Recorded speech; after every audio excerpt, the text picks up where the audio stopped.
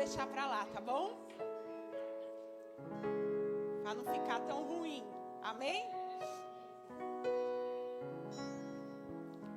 Abre a tua Bíblia no livro de Esther, capítulo 3.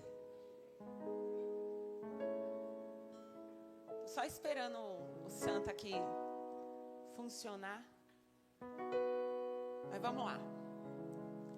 Versículos 1, 2 e 3, ACF, todos os textos, tá bom?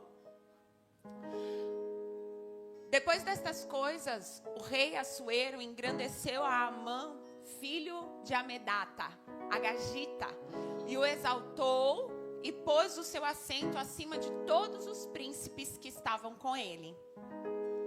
Todos os servos do rei que estavam à porta do rei se inclinavam e prostravam-se perante Amã, porque assim tinha ordenado o rei acerca dele. Porém, Mardoqueu não se inclinava, nem se prostrava. Então, os servos do rei que estavam à porta disseram a Mardoqueu: por que transgrides o mandado do rei? Vamos até o 5. Sucedeu, pois, que dizendo-lhes isso dia após dia, e não lhe dando ouvidos, o fizeram a saber a Amã, para verem se as palavras de Mardoqueu se sustentariam, porque ele lhes tinha declarado que era judeu. Vendo, pois, Amã que Mardoqueu não se inclinava, nem se prostrava diante dele, Amã se encheu de furor. Amém? Pode se sentar.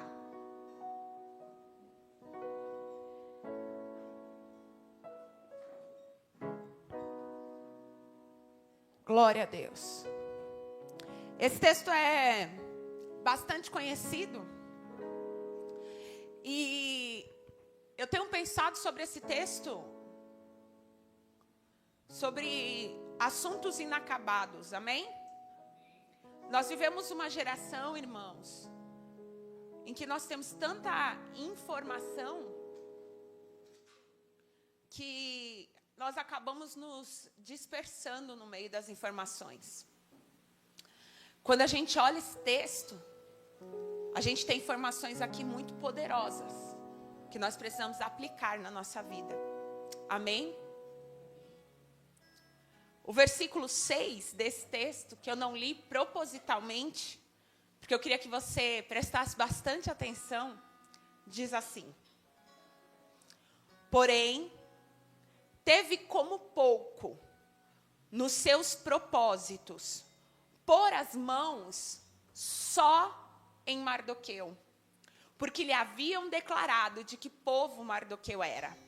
Amã, pois, procurou destruir a todos os judeus, o povo de Mardoqueu, que havia em todo o reino de Assuero.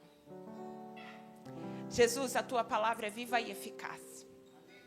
Ela é penetrante. Ela consegue dividir alma e espírito juntas e medulas. Nós necessitamos da tua palavra, porque ela é semente poderosa em nós. Eis-nos aqui. Fala, Senhor, que nós te ouvimos. Nós desejamos te ouvir. Como desejamos te ouvir. Tu conheces o que precisamos de direção. Tu conheces como será o nosso amanhã.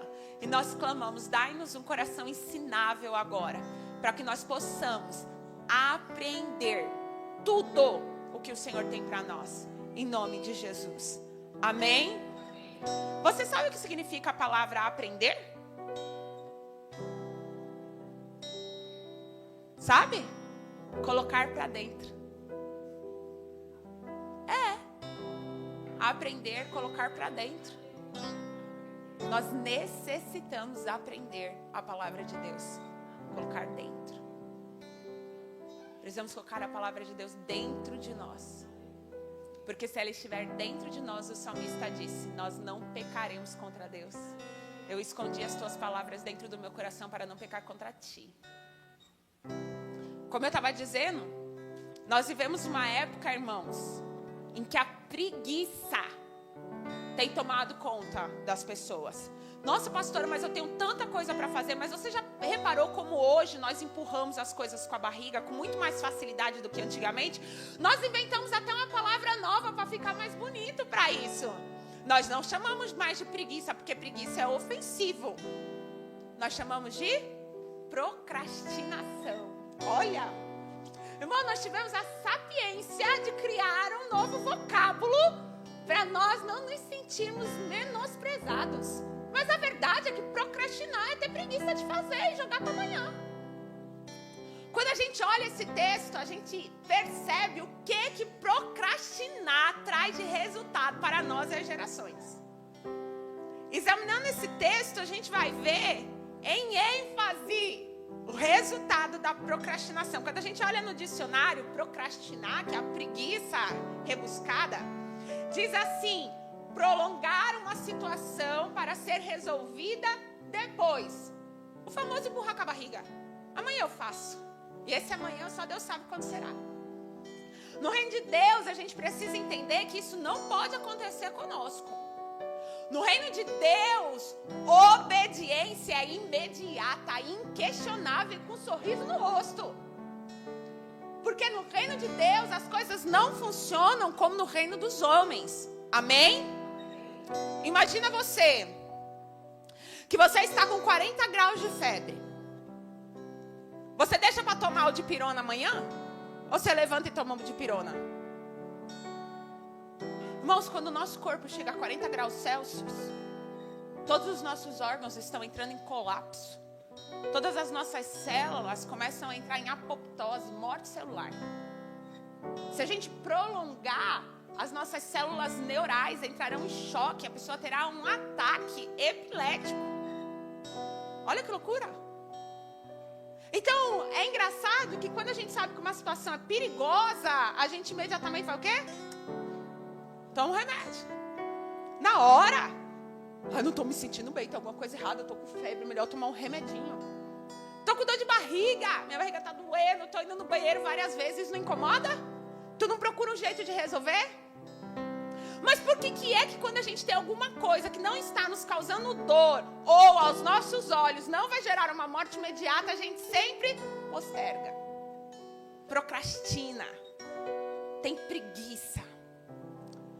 Quando a gente olha esse texto, a gente começa com uma informação muito importante. Diz assim: depois destas coisas, o rei Assuero engrandeceu a Amã, filho de Amedata, o Agagita. Quando a gente olha os textos do livro de Esther, Amã não aparece até aqui. O texto diz que o Amã se tornou um servo aclamado. Todos os servos do rei que estavam à porta do rei se inclinavam e se prostravam perante Amã, porque assim tinha ordenado o rei acerca dele. Quem foi que ordenou que as pessoas se prostrassem? O rei. As pessoas se inclinavam por livre e espontânea vontade a Amã? Não. Elas se inclinavam porque era uma ordem real, porque o Amã nem tinha tanto prestígio assim aos olhos da plebe, para que as pessoas quisessem se prostrar. Elas se prostravam porque havia uma ordem. Mas tinha alguém ali no meio que não se prostrava. Dizia não. Isso começou a gerar um burburinho ali no meio. E as pessoas começaram a interrogar a Mardoqueu: por que você não se prostra? Por que não? Por que você não se prostra? Por que você não se prostra? Em um determinado momento a Mardoqueu diz: porque eu sou judeu, eu não me prostro. Aquilo começa a incomodar as pessoas até que elas fazem chegar a Amã. Porque Amã tinha prestígio? Não, porque Mardoqueu estava desobedecendo uma ordem real. Ninguém podia chegar ao rei se não fosse chamado. Então eles chegam a Amã, denunciam Mardoqueu. E o texto diz que Amã testa Mardoqueu. Quando percebe que de fato a sua conduta é esta, ele acha pouco destruir apenas Mardoqueu. Então ele começa um plano para destruir o povo de Mardoqueu, porque contaram para ele que Mardoqueu era judeu. Mas por que Amã tem tanta raiva do povo de Mardoqueu? Primeiro a gente tem que entender que povo é o povo de Amã, amém? Lá no livro de Gênesis, capítulo 36, versículo 12, a gente encontra o seguinte texto. Tímina era concubina de Elifaz, filho de Esaú. E teve de Elifaz a Amaleque. Esses são os filhos de Ada, mulher de Esaú. Gênesis 36, 12. Nós encontramos um neto de Esaú. Lembram-se de Esaú? Filho de Isaac, gêmeo de Jacó, rejeitado por Deus por conta da sua soberba, arrogância e pouca importância com tudo que era do reino de Deus. Amém? Esse Esaú teve um neto. O neto dele era Amaleque. Este Amaleque vai dar origem a um povo sanguinário, terrível, inimigo do povo de Deus, os amalequitas. Amém? Quando a gente segue o texto, a gente chega em um pulo na história. Esse povo de Israel cresceu, as 12 tribos expandiram, foram para o Egito, ficaram no Egito 430 anos, foram tirados do Egito com braço forte, atravessaram o mar, beberam água da rocha e agora estão caminhando no deserto em rumo a Nova Canaã, a Canaã. Caminhando em Canaã, a gente chega em um texto do livro de Êxodo, que vai dizer o seguinte pra gente, Êxodo 17, do 8 ao 16.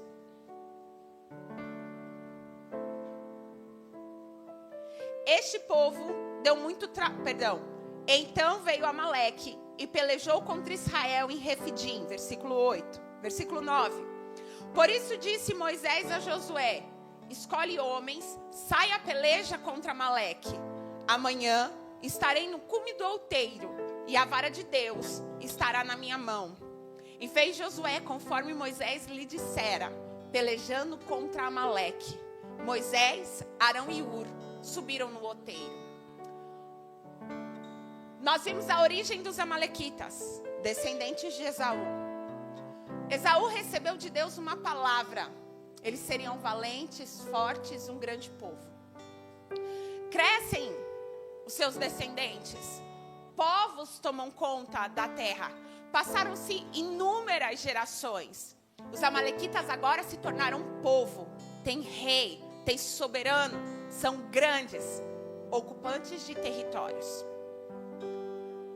Tinham como sua principal fonte de riqueza o saque e destruição, ocupando territórios pela guerra.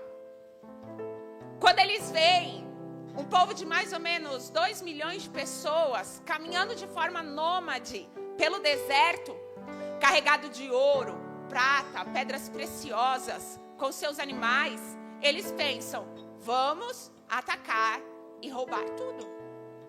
É assim que os amalequitas pensam. Então o que eles vão fazer? Eles cercam o bando, a Bíblia diz. Eles vão por trás, pegam os últimos da caravana, aqueles mais fracos, os idosos, os animais paridos que ficaram para trás, que vinham mais distante, vão atacando Israel. Quando eles começam esse ataque, Moisés percebe, levanta Josué. Aquele povo de Israel nunca tinha enfrentado uma batalha naquela geração. Eles eram escravos, irmãos. A única coisa que eles sabiam fazer era tijolo.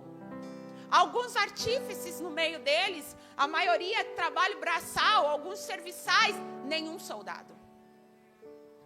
Mas a Bíblia diz que Josué levanta e obedece.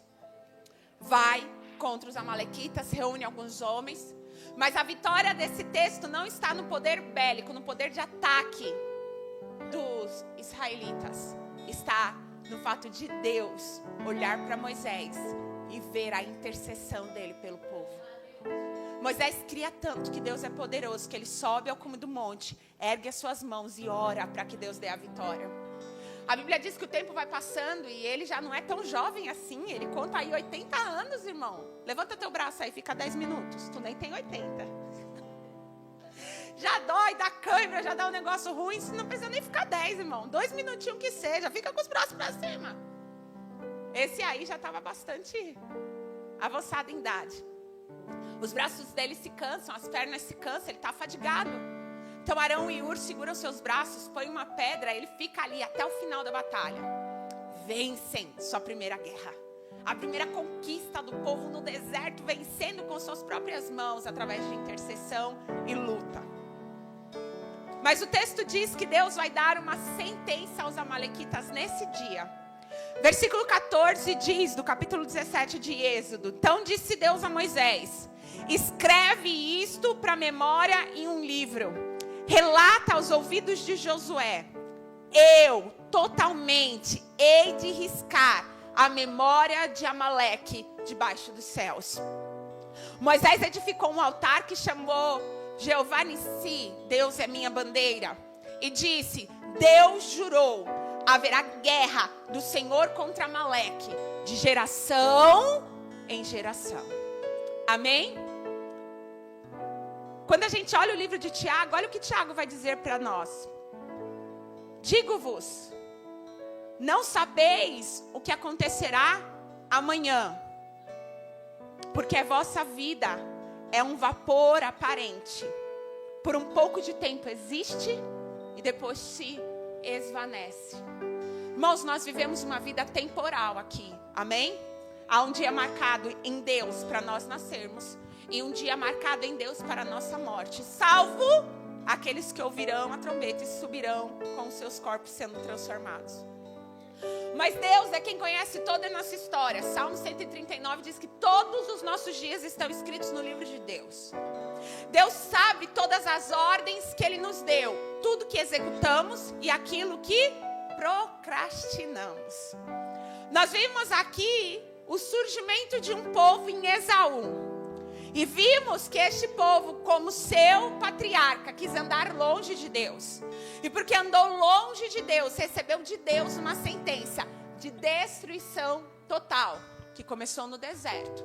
A ordem de Deus é: haverá guerra de geração em geração. Quando eu estava examinando esse texto e pensando sobre assuntos inacabados, Deus me disse: é hora de pôr fim em muitos assuntos inacabados nas suas vidas. Eu estava orando sobre isso, pensando sobre isso, porque na minha cabeça eu ia escrever unicamente uma palavra sobre obediência. Na minha cabeça os textos estavam todos esquematizados para falar sobre obediência única e exclusivamente. Quando eu comecei a escrever, Deus me disse: esta obediência diz respeito a acabar o que se começou. Porque eu ia abranger obediência em todas as áreas da nossa vida. Deus disse para mim, enquanto eu escrevia: é específico. Existem coisas que precisam ter um fim na vida da minha igreja. Existem coisas que é hora de eliminar completamente. Porque nós temos procrastinado o fim disso. E só está dando problema para nós e para as nossas gerações. Nós olhamos esse texto. E o texto diz para nós que Deus deu uma ordem de destruição, semelhante a uma que vigora sobre a igreja. Amém? Gênesis 3,15 diz: porém inimizade entre ti e a mulher, e a tua semente e a sua semente, esta lhe ferirá a cabeça. A semente da mulher destruirá a sua autoridade serpente. Há uma ordem de Deus para a geração que se concretiza em Jesus. Amém? A Bíblia diz que quando Jesus expirou na cruz e decretou: está consumado ou está pago, Ele triunfou sobre todas as obras do inferno. Quando Ele faz isso, Ele dá à igreja a autoridade de pôr um fim em todo o comando e legalidade que o diabo tenha sobre ela, irmãos.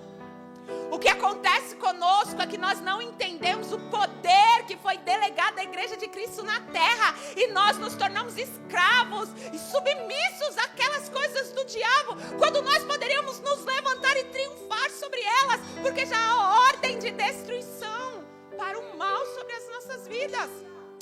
Deus fez um decreto: destruirei completamente Amaleque. Sobre nós é um decreto: destruirei completamente as obras do diabo sobre vós.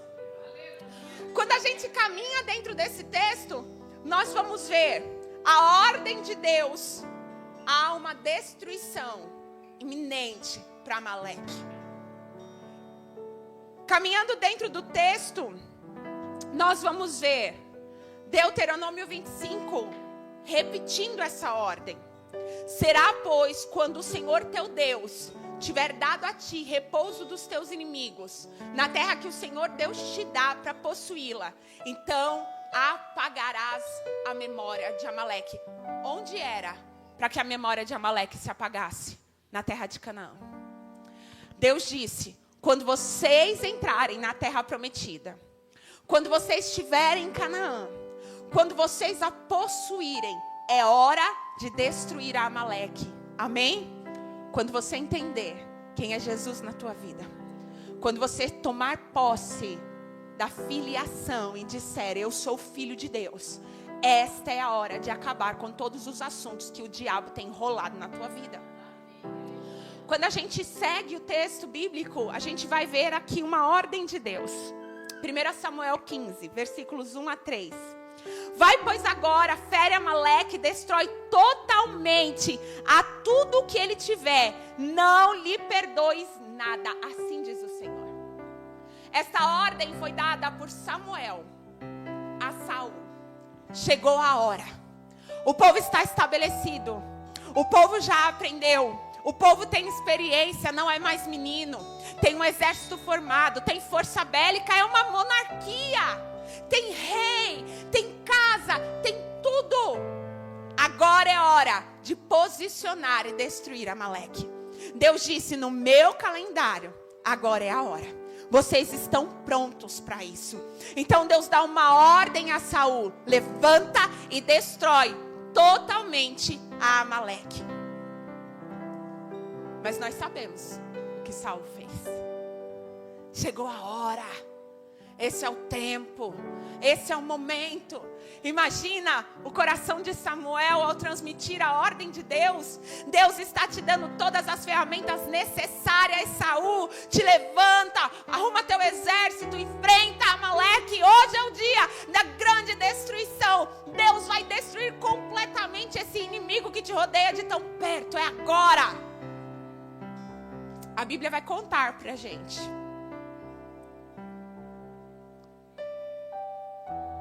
Então, feriu Saul aos amalequitas, desde Avilá até chegar a Sur, que está defronte do Egito. Tomou vivo a Agag, rei dos amalequitas. Versículo 8 eu estou. Porém, a todo o povo destruiu ao fio da espada.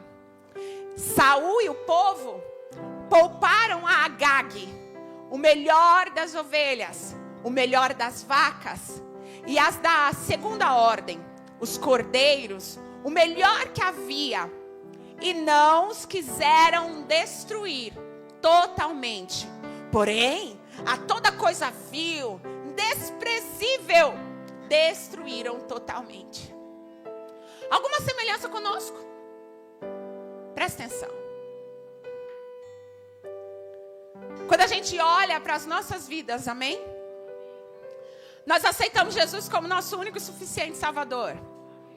Nós dissemos: Deus, o Senhor é o dono. Nós viemos à igreja e dizemos: oh, aleluia, Tu és e não há outro. Nós te amamos, nós te queremos, nós estamos aqui por Ti. E aí a gente mudou a nossa roupa, mudou a nossa fala, mudamos os lugares onde íamos.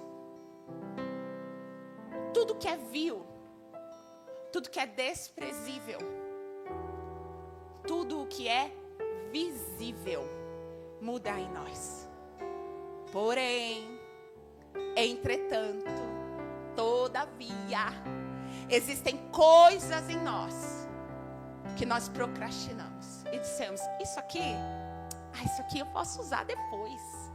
Ah, não, isso aqui melhor não. Peraí, calma aí. Vamos ver o que a gente faz. Irmão, a Bíblia diz que a ordem de Deus no versículo 3 era: destrua totalmente a Amaleque. Mas o texto diz para nós: o rei e o povo não quiseram destruir totalmente aquilo. Irmãos, ordem direta de Deus: destrua totalmente. Querer humano,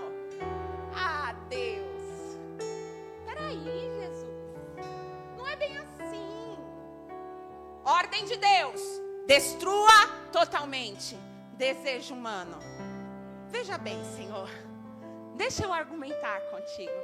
Alguém aqui já quis argumentar com Deus em algum momento da vida? Vamos pensar. Minha mãe está aí para te dizer. Pense numa pessoa que sempre foi de perguntar as coisas. Por quê? Por quê? Por quê? Por quê? Por quê? Por quê? Por quê? Por quê? Minha mãe nordestina, imagina como ela ficava feliz em me ouvir toda hora. Eu sempre fui muito curiosa. Até hoje, irmão, qualquer coisa que eu não saiba, eu saio perguntando. E se a pessoa não me responder, eu fico estressada. Porque eu quero saber. Eu me meto em tudo, irmãos. Eles trocaram o som da igreja, eu já sei ligar, porque eu fico em cima das pessoas. Eu quero saber, um dia que vocês não estiverem aqui, que eu estiver sozinha, como que eu vou fazer? Eu sou curiosa. Eu quero saber de tudo.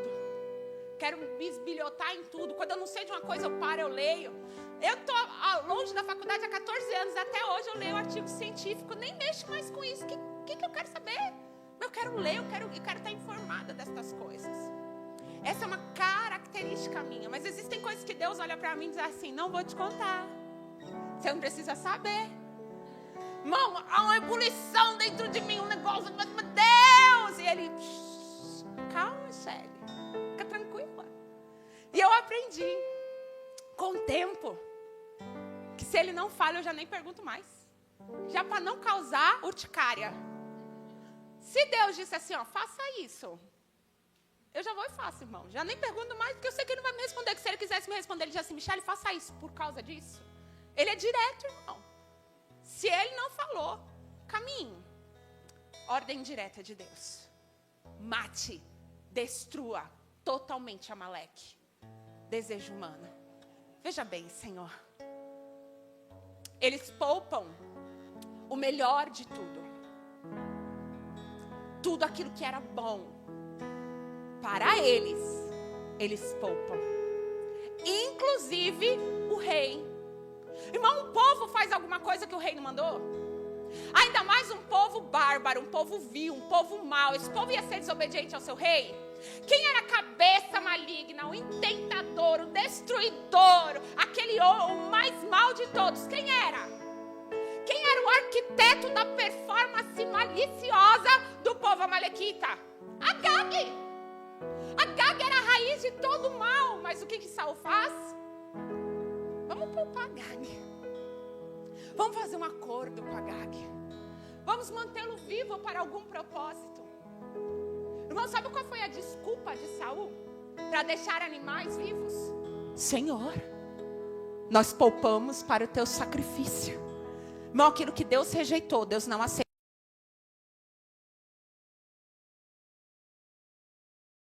Ele para ele e falou assim: Deus, eu vou deixar de fazer isso por amor a ti. Ele fala: não estou pedindo sacrifício, eu mandei você tirar da tua vida. Eu não quero nem como sacrifício isso para mim, meu querido. Isso é para arrancar da tua vida. Isso é para tirar completamente. Você não está me fazendo um favor em sacrificar nada para mim. Isso é para o teu bem. Destrua completamente isso. A Bíblia diz que por ter poupado Agag, que por ter poupado o melhor dos animais, Saul foi destituído do trono. Irmão, o trono de Saul custou a vida do Agag. Ele perdeu a possibilidade de ser quem Deus queria que ele fosse por conta do Agag. Quantas vezes nós perdemos oportunidades de ser o que Deus quer que nós sejamos por conta daquilo que nós deixamos escondido dentro de nós? Quantas vezes nós deixamos de avançar, de crescer um pouco mais, de receber um pouco mais de Deus, por conta das ordens não executadas que estão dentro de nós, irmãos? Trocar o visível é fácil. Mudar o visível é fácil. Mudar o que as pessoas estão vendo é fácil, irmãos. Mudar aqui demanda muito empenho. Não pode ter preguiça, porque vai imprimir força nossa. Alguém aqui, não precisa levantar a mão, tinha um vício que Deus não tirou de um dia para a noite? Precisou se esforçar muito para sair isso da sua vida? Bom, quantas pessoas nós conhecemos? Chega no culto um dia, no outro dia essa pessoa não faz mais aquilo. Mas tem outras que sangue de Jesus. Passa processo, tira processo, coloca processo, espreme, passa na moinha, é apertado, é pisoteado e o negócio não sai. Fica anos tentando, brigando contra aquilo. Existem coisas em nós que Deus não vai tirar. Existem coisas em nós que são posicionamentos de obediência. Existem coisas em nós que é levantar e obedecer imediatamente a ordem de Deus. Existem coisas em nós que nós nos levantamos e dizemos: até aqui foi, a partir de aqui não caminha mais comigo. Acabou. Isso não faz parte mais da minha história, isso não faz parte da minha vida. Eu não quero mais isso para mim. Eu coloco um ponto final aqui agora. Porque a ordem de Deus destrua completamente os amalequitas. Nós olhamos a história e nós nos encontramos, nós percebemos então o que acontece. E aí a gente volta para o texto que abriu, porque tem alguns irmãos que estão olhando na minha cara e falam: mas o que tem um agagita a ver com isso? Lembra do Amã? O agagita? Agagita quer dizer descendente de Agag. Ou seja, o Amã era descendente do rei Agag, a Amalequita, que Saul poupou. Saul era rei, fez um voto de proteção e guarda do seu povo. Porém, nós vemos ao longo da história, irmãos, os amalequitas deram problema para Davi. Os amalequitas deram problemas para outros reis. Os amalequitas estão dando problema até lá na frente com o povo que está no cativeiro, irmão. Lembra o que Deus disse? Vai haver guerra de geração em geração, até que alguém põe um ponto final nisso aí. De geração em geração, os amalequitas se recompunham, se levantavam e guerreavam. De geração em geração, os amalequitas conseguiam voltar e dar trabalho. De geração em geração, os amalequitas voltavam para perturbar. Por quê? Porque a ordem de Deus não foi obedecida. Então nós chegamos nesse texto. Quanto mais nós postergamos, quanto mais nós procrastinamos para resolver os nossos problemas, mais força os problemas ganham. Mais condição nosso inimigo recebe. Você já teve um problema que você deixou para lá e quando você foi ver estourou a bomba e você disse: Senhor, por que eu não fiz isso antes? Por que eu não resolvi isso aqui antes, Jesus? Alguém já teve uma torneira que gotejava? Goteja, goteja, tu põe um balde e diz assim: não, depois eu arrumo. Aí hoje ela goteja. Amanhã ela tá tuc. Você foi dormir e deixou o balde. Quando você acordou, extravasou o balde. Aí tu põe uma bacia, fala: não, vou arrumar. É só um corinho que tem que pôr lá dentro. Já ouviu essa história? É só um corinho que tem que pôr dentro dela. Depois eu vou lá comprar e colocar. A torneira que estava tuc, começa a vazar um fio de água. E aí tu viaja. Tu esqueceu e viajou. Quando tu chegou, tua casa estava alagada.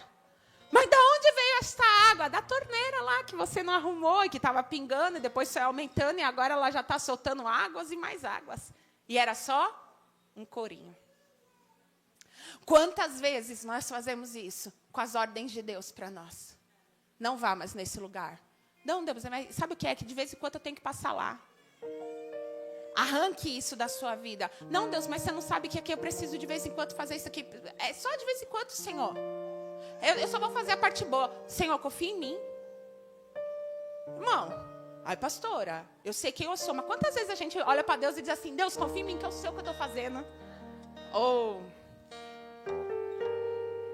Deus nos ajude. Quando a gente caminha dentro do texto, voltando lá para o texto de Esther,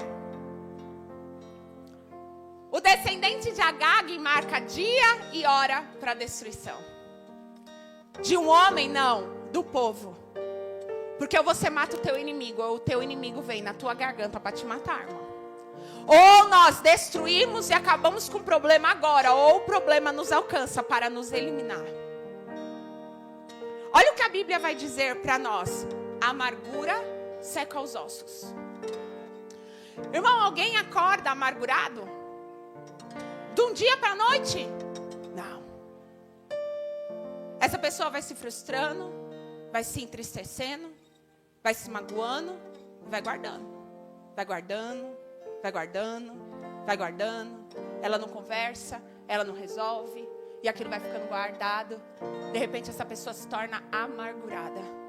E a amargura dela vai secar os ossos dela.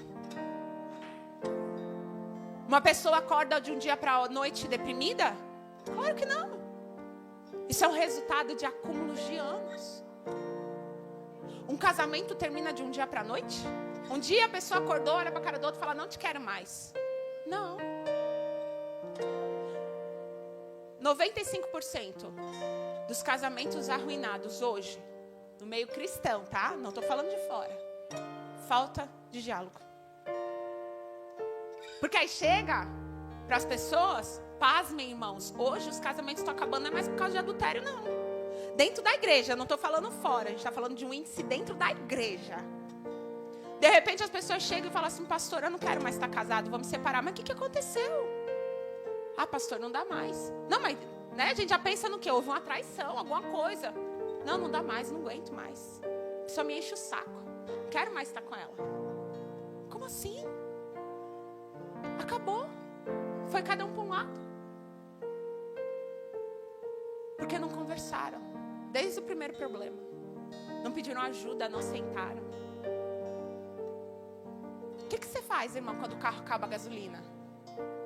Larga lá no meio da rua? Ou você vai no posto buscar gasolina, reabastece, entra no carro e vai embora? Nós achamos que porque nós somos crentes, a gente resolve tudo em oração. Às vezes Deus quer que a gente converse. Do mesmo jeito que Deus quer que conversemos com Ele, conversemos com os outros também. Não é bom que o homem viva só. Tu acha que Deus te deu capacidade de comunicação para tu ficar calado? Olha o que o texto de Provérbios vai dizer. Aquele que se isola, insurge-se contra a verdadeira sabedoria. Aquele que quer resolver sozinho, guardar para si, ficar lá, remoendo seus assuntos. A Bíblia diz, está se rebelando contra a verdadeira sabedoria. Quantos problemas nós temos porque não destruímos Amaleque? E o Amaleque vai se fortalecendo, assumindo territórios, ganhando adébitos. E quando nós percebemos, ele já decretou o dia e a hora da nossa morte e destruição.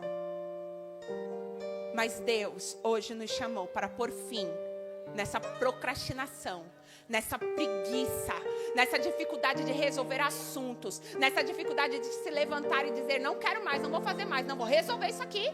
Vou sentar, enquanto isso aqui não tiver, vou orar, vou jejuar, vou ver o que Deus tem para me falar disso aqui. Vou buscar em Deus resposta, vou buscar em sábios a solução. Eu vou em Deus achar isso aqui. Porque o texto diz que quando o decreto de morte é lançado, a Esther se levanta para 3 dias de jejum. Eu não sei o que fazer. Isso aqui chegou na minha conta.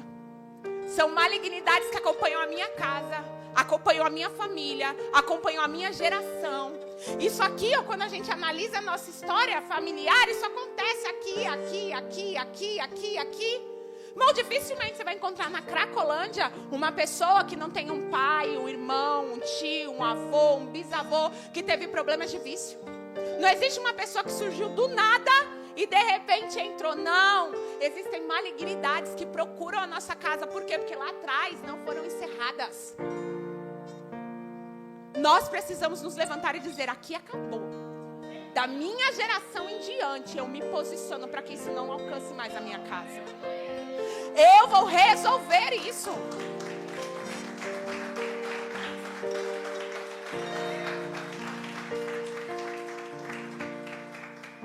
O apóstolo Géser, meu pastor, ele sempre conta nas segundas-feiras uma história. Durante as aulas de libertação. Ele fala sobre um dia você ter chegado em casa com fome. Olhou para a cara do marido, olhou para a cara do filho, tá todo mundo com fome. Não tem uma comida pronta. Olha, todo mundo diz assim, vamos pedir uma pizza. Ah, mas não tem dinheiro, a gente pede a barata. Vamos pedir uma pizza baratinha. Qual a pizza baratinha? Mussarela e calabresa, gente.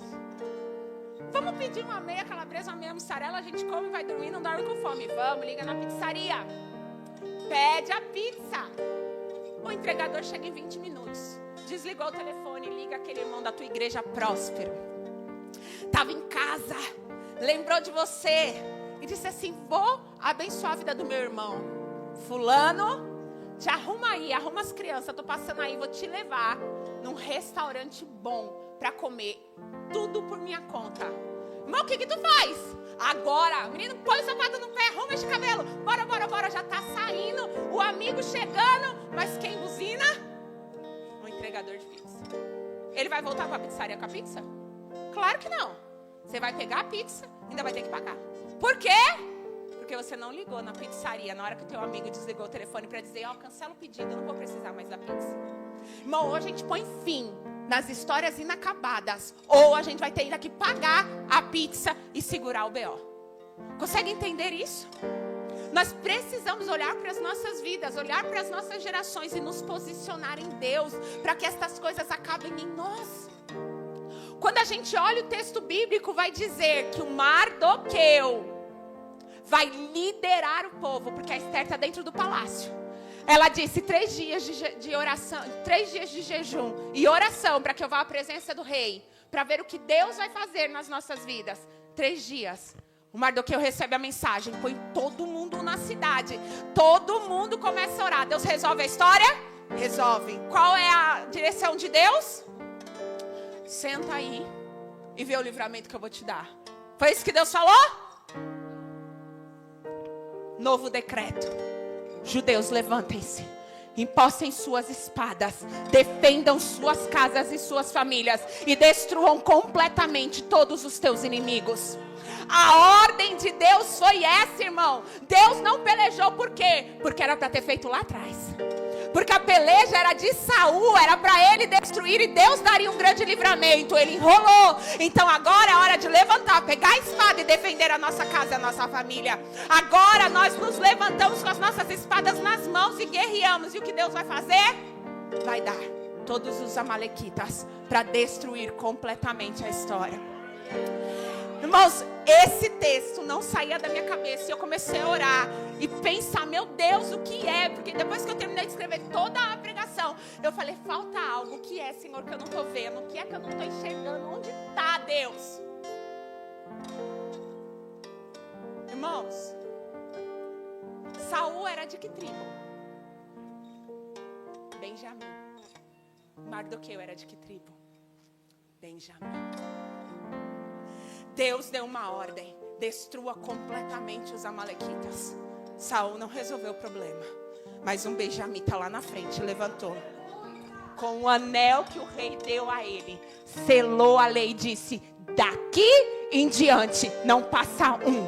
Daqui em diante vai haver destruição completa de Amaleque. Daqui em diante eu obedeço ao Senhor. Daqui em diante Amaleque não rouba mais nada. Amaleque não fere mais ninguém. Amaleque não destrói nenhuma geração. Porque eu me levanto para destruir completamente e obedecer o que Deus mandou fazer.